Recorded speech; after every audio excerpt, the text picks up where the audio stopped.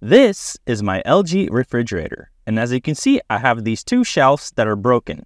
In this video, I'll show you how to replace fridge door shelves on an LG fridge. Step 1. Find the fridge tag on the inside of your refrigerator.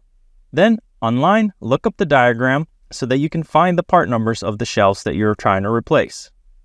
Here's the ones that I found for my fridge. Step 3. Go on Amazon and search those part numbers and see what you can find. I'll have links in the description below for the ones that I bought for my LG fridge. Step 4. Remove all your bottles from the shelf that you're trying to replace. Then remove each shelf by lifting it up. It might be stuck, so it might need a little bit of a nudge. Here are the new shelves, and they almost look identical to the original ones. Then place them inside the fridge and push them down into place. Remove the protective plastic if it had one, and load the shelf back up with your products. Check out how I replaced the LG filter next.